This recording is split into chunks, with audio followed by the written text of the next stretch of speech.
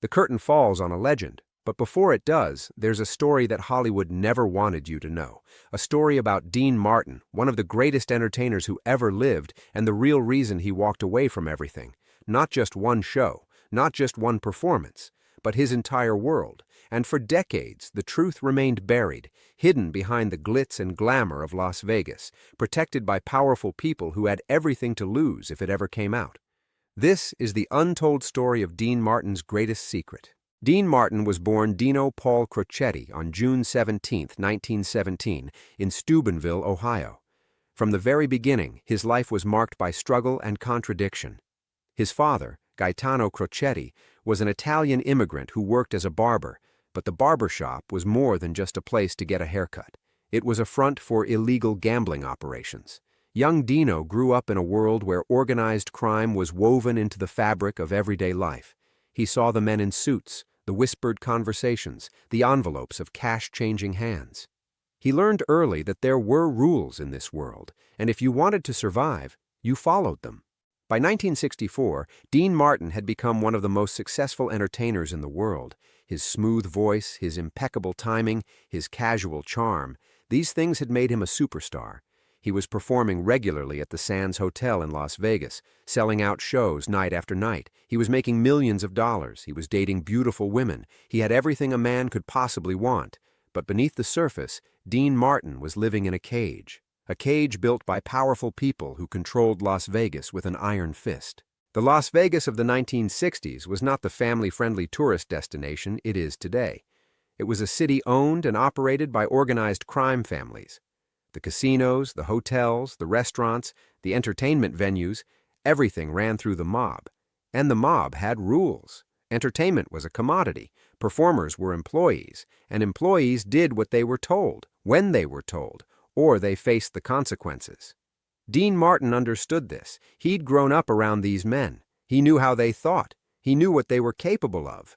But unlike many performers of his era, Dean Martin had something that most people didn't have. He had the courage to question authority. In late 1964, Dean Martin began to notice something troubling. The Sands Hotel, where he performed regularly, was being run differently. New people were appearing in the back offices, serious people with connections to the most powerful crime families in the country. The management started making unusual requests. They wanted Dean to perform at private parties for certain guests. They wanted him to be seen in certain restaurants with certain people. They wanted him to be friendly to individuals who made his skin crawl. At first, Dean complied. He'd always understood that show business in Vegas meant making compromises, but as 1965 began, the requests became demands, and the demands became threats. There was a man named Vincent Antonelli. He was not a name you spoke out loud in Las Vegas. Vincent Antonelli was one of the most feared enforcers for the Nevada crime family. He had a reputation for extreme violence. He'd been linked to murders, disappearances, extortion, and every other crime you could imagine. More importantly, he was ambitious. He wanted to increase his power and influence, and he saw Dean Martin as a tool he could use to do it. In early June 1965, Vincent Antonelli sent word that he wanted to meet with Dean. Not a request, a demand. Dean refused. This was the first mistake, or perhaps it was the first act of defiance that would eventually change everything. When Dean turned down the initial meeting, Antonelli was shocked. Nobody refused Vincent Antonelli. Nobody. So Antonelli sent his people to apply pressure. Dean refused again and again. With each refusal, Antonelli's anger grew. By mid-June, word was spreading through Las Vegas that Vincent Antonelli was planning something dramatic. Something that would send a message not just to Dean Martin, but to every other performer in the city. Nobody refuses the mob. Nobody. On June 18, 1965, Dean Martin arrived at the Sands Hotel for what should have been a routine evening performance. But the atmosphere was different. The staff seemed nervous. Security was tighter. There was an electricity in the air, the kind you feel right before something terrible happens. Dean's manager, Herman Citron, pulled him aside. Herman was pale, visibly shaken. "Dean, we have a problem. Vincent Antonelli bought out the first 3 rows of seats for tonight's show. He's coming, and he's bringing about 20 of his men. They're not here to watch you perform." Dean felt a chill run down his spine, but he didn't show it. What do they want? Nobody knows for sure, Herman said. But there's talk that Antonelli feels disrespected.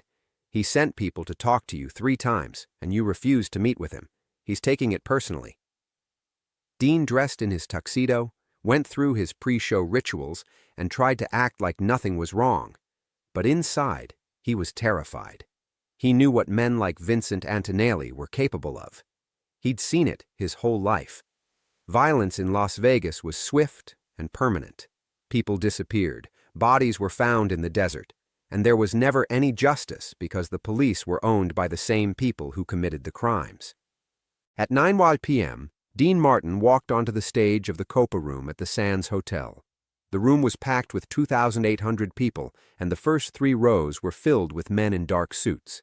In the center of the front row, staring directly at Dean with cold, calculating eyes, sat Vincent Antonelli. Dean began his show. He sang, "Ain't That a Kick in the Head?" He told jokes.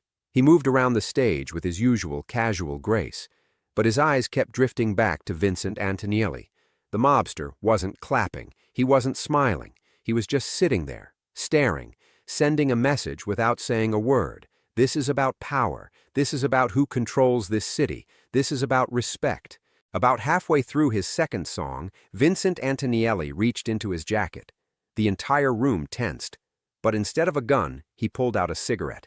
He lit it slowly, deliberately, his eyes never leaving Dean. And then he did something that made the entire room uncomfortable. He drew his finger slowly across his throat. It was a death threat, made in front of 2,800 witnesses. The room fell silent. Dean stopped singing. The band trailed off. Everyone was waiting to see what would happen next. Everyone assumed that Dean Martin was about to die. But Dean did something completely unexpected. He smiled.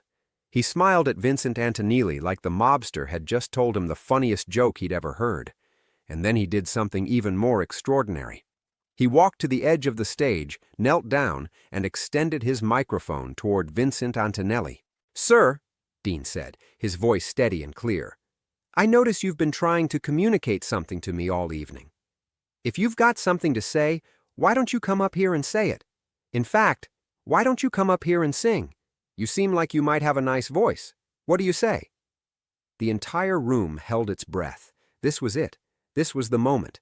Either Vincent Antonelli was going to shoot Dean Martin on stage in front of 2,800 witnesses, or something else was going to happen. Something that nobody could predict. Vincent Antonelli stared at Dean for what felt like an eternity, and then something incredible happened. He started to laugh.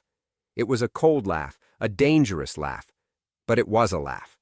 He looked at Dean Martin, kneeling there with the microphone, completely fearless, and he laughed. "You got balls, Martin," Antonelli said. "I'll give you that." "Is that a yes on the singing?" Dean asked. "Because I should warn you, the acoustics up here are pretty good." Antonelli shook his head. "No, you keep singing, Dean. That's what you're good at. Keep doing your thing. You're all right." Dean stood up, walked back to center stage, and finished his show as if nothing had happened. But something fundamental had changed. Word of what happened that night spread through Las Vegas like wildfire. Dean Martin had stood up to Vincent Antonelli. He had faced down the most dangerous man in the city and come out alive. More than that, he had earned Antonelli's respect. But what nobody knew, what remained hidden for decades, was that this incident was only the beginning. It was the spark that would eventually lead to Dean Martin's greatest crisis, a crisis so serious that it would force him to make an impossible choice. After the confrontation with Vincent Antonelli, Dean Martin thought the trouble was over. He'd proven himself. He'd shown courage. He'd earned the respect of the mob. Surely now he could go back to his life, back to his career, back to being the king of cool that the world knew and loved. But he was wrong. The respect he'd earned from Antonelli had made him something even more dangerous in the eyes of the more powerful crime families that controlled Las Vegas. He'd become unpredictable. He'd become a wild card, and wild cards were problems that needed to be dealt with. By late 1965, Dean Martin began to notice that he was being watched, not by fans or security, by men in dark suits who appeared at his performances, who followed him to restaurants, who showed up at his home. He was being surveilled by the mob. Not because they wanted to harm him, but because they wanted to understand him. They wanted to know if he was a threat. They wanted to know if he could be controlled. At the same time, Dean was noticing something else. There were conversations happening behind closed doors. People would suddenly stop talking when he entered a room. His manager, Herman Citron, seemed increasingly nervous. Dean's ex-wife, Jean, called him one evening with a strange message. "Dean, be careful," she said. "I don't know what's going on, but be careful. People are talking about you, serious people." Dean tried to ignore it. He focused on his work. He performed his shows, he made his movies, he tried to live his life. But deep down, he knew something was wrong. Deep down, he knew that his refusal to bow to Vincent Antonelli had set something in motion, something that couldn't be stopped. In early 1966, Herman Citron came to Dean with an unusual request. There was a man who wanted to meet with him, a very important man. Not a mobster, not a crime boss, but a government official, someone from Washington. Dean was confused. What could a government official want with him? The meeting took place in a private room at the Sands Hotel. The man was tall, wore an expensive suit, and had the bearing of someone accustomed to power. He introduced himself as working for a federal agency that Dean shouldn't name and didn't want to know about. "Mr. Martin," the man said, "we've been aware of your situation in Las Vegas. We know about your difficulties with certain criminal elements. We know about the incident with Vincent Antonelli. We know about the pressure you've been under." Dean's heart was pounding. "What do you want from me?" "We want you to help us," the man said. "We're building a case against the organized crime families that control this city. We have wiretaps, we have informants, we're getting close. But what we need is someone on the inside, someone with access, someone who can observe, listen, and report back to us. We're asking you to work with the Federal Bureau of Investigation." Dean felt his world tilt. The man was asking him to become an informant, to spy on the mob, to work for the FBI. If the mob found out, he would be dead. There was no question about that. No mercy, no second chances, just death. "I can't do that," Dean said immediately. "You're asking me to commit suicide. We can protect you," the man said. "We have resources. We can make you disappear, relocate you, give you a new identity." "You can't protect me from these people," Dean said. "Nobody can. If they find out I'm working with the FBI, I'm dead. My children are in danger. Everyone I care about is in danger." "Then help us stop them," the man said. "Help us bring them down so you won't have to live in fear anymore." Dean left that meeting in a state of shock. He didn't sleep that night. He didn't sleep for several nights. He was torn between two impossible choices. If he refused to help the FBI, they might pressure him, they might threaten him, they might arrest him on some trumped-up charge. But if he agreed to help, he would be signing his own death warrant. Either way, his life was over. For weeks, Dean struggled with this decision. He confided in Frank Sinatra, who was horrified. "Dean, you can't do this," Frank said. "If the mob finds out, they'll kill you. They'll kill your whole family. You have to refuse. You have to refuse them completely and permanently." "But if I refuse, they might prosecute me for something," Dean said. "Or they might just make my life miserable. They have that power." "Then let them," Frank said. "Better to live miserably than to die." But Dean wasn't sure anymore. He was tired. He was scared. He was trapped in a nightmare that he couldn't escape from. And as the pressure mounted, as the FBI continued to contact him, as the mob continued to watch him, Dean made a decision that would change his life forever. He decided to leave. Not just to leave Las Vegas, but to leave the entertainment industry entirely. He decided that the only way to escape this trap was to walk away from everything. In September 1966, Dean Martin announced that he would be taking an indefinite hiatus from performing. The official reason given to the press was that he was suffering from exhaustion and needed time to recuperate. The real reason was that he was in fear for his life. He couldn't perform for the FBI without risking death at the hands of the mob. But he also couldn't refuse the FBI without facing legal consequences. So he did the only thing he could do. He removed himself from the equation entirely. Dean Martin disappeared from the public eye for several months. He rented a house in the Malibu Hills, away from Las Vegas, away from the mob, away from the FBI. He didn't perform. He didn't make public appearances. He just tried to find peace and figure out what to do with the rest of his life. But the FBI didn't give up. They continued to contact him. They continued to pressure him. And eventually, they threatened him. If he didn't cooperate, they would charge him with various crimes related to his alleged connections to organized crime. It was a bluff, mostly, but Dean didn't know that. He only knew that he was completely trapped. It was during this period of isolation that Dean made contact with a priest, Father Michael O'Connor, who had connections to both the mob and to law enforcement. Father O'Connor had spent his life trying to negotiate between these two worlds. He was trusted by both sides. Dean confided in him everything: the FBI pressure, the mob surveillance, the impossible choice he faced. Father O'Connor listened carefully, and then he made a surprising suggestion. "Dean," he said, "you don't have to choose between these two worlds. There's a third option. You can go public. You can tell the truth about what's happening. You can expose both the mob and the FBI. If the truth comes out, if everyone knows what they're trying to do to you, then neither side can touch you. Public knowledge is your protection." But Dean knew that was impossible. If he exposed the FBI, the government would destroy him. If he exposed the mob, they would kill him. There was no safe path forward. There was only the choice between two different kinds of death. Eventually, Dean came to a realization. The only way to truly escape was to rebuild his life in a way that made him irrelevant to both the mob and the FBI. He needed to become a smaller target, less valuable, less worth fighting over. And the way to do that was to withdraw from the spotlight entirely, to become a private person living a private life. So that's what he did. Dean Martin did return to performing, but he did it on his own terms. He performed less frequently. He turned down lucrative offers. He avoided Las Vegas for extended periods. He built a life that was quieter, more withdrawn, less theatrical. He became a recluse by Hollywood standards, someone who disappeared from the public consciousness for long stretches of time. And miraculously, it worked. The FBI eventually lost interest. They moved on to other cases, other informants, other strategies. The mob, realizing that Dean Martin was no longer a major player in Las Vegas, gradually stopped paying attention to him. The pressure lifted, the surveillance ended, and Dean Martin was finally free. But he was also broken. The man who had been the king of cool, the legendary entertainer who had charmed millions of people, was now a shadow of his former self. He drank heavily. He became increasingly withdrawn. He had difficulty maintaining relationships.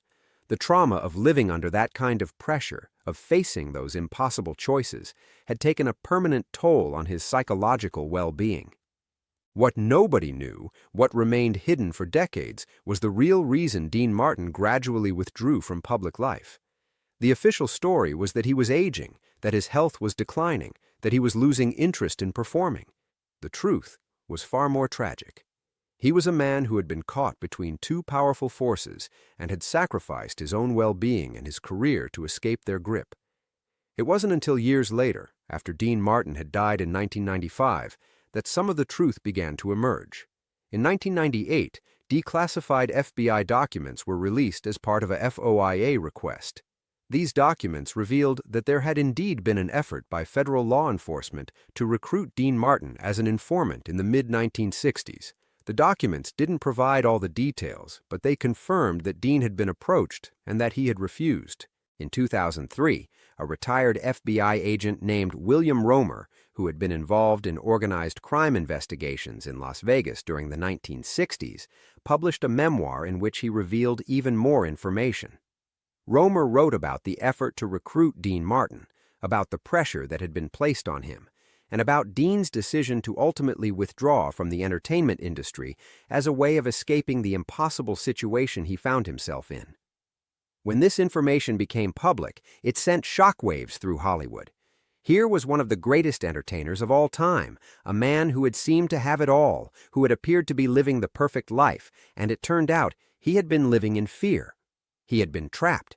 He had been pressured by both the mob and the government, and his decision to withdraw from public life, which had seemed like a choice at the time, had actually been a desperate attempt to survive. Dean Martin's story is a cautionary tale about power, corruption, and the impossible positions that people can find themselves in when caught between two forces that want to control them. It's a story about the price of courage, because Dean's refusal to bow to Vincent Antonelli, while brave in the moment, had set off a chain of events that ultimately cost him his career and his peace of mind. But it's also a story about survival. Dean Martin survived. He never became an informant. He never betrayed anyone. He never compromised his integrity, even when he was under extreme pressure to do so. He found a way out by removing himself from the game entirely. It wasn't a glamorous solution. It wasn't the kind of dramatic heroism that movies are made about, but it was effective. It was the solution that allowed him to live. In the years after Dean Martin died, people have often wondered what went wrong with him. Why did he become so withdrawn? Why did he seem to lose interest in performing? Why did his later years seem so empty compared to his earlier successes? The answer is that Dean Martin paid the price for living in a world that was fundamentally corrupt and dangerous. He paid the price for having the courage to stand up to a mobster on stage. And he paid the price for refusing to compromise his principles, even when refusing could have destroyed him. The real reason Dean Martin canceled his shows, the real reason he withdrew from public life, the real reason he became increasingly isolated in his later years, it wasn't illness or age or loss of interest. It was that he had been caught in a trap between organized crime and federal law enforcement, and the only way he could escape that trap was to remove himself from the arena entirely. For decades, this truth was covered up. The studios didn't want people to know that one of their biggest stars had been pressured by the mob and by the government. The government didn't want people to know that they had tried and failed to recruit a major celebrity as an informant. The mob didn't want people to know that they had allowed a performer to escape their grasp. So everyone conspired to keep the truth hidden. But now we know. Now we understand that Dean Martin's story is much more complex and tragic than anyone realized.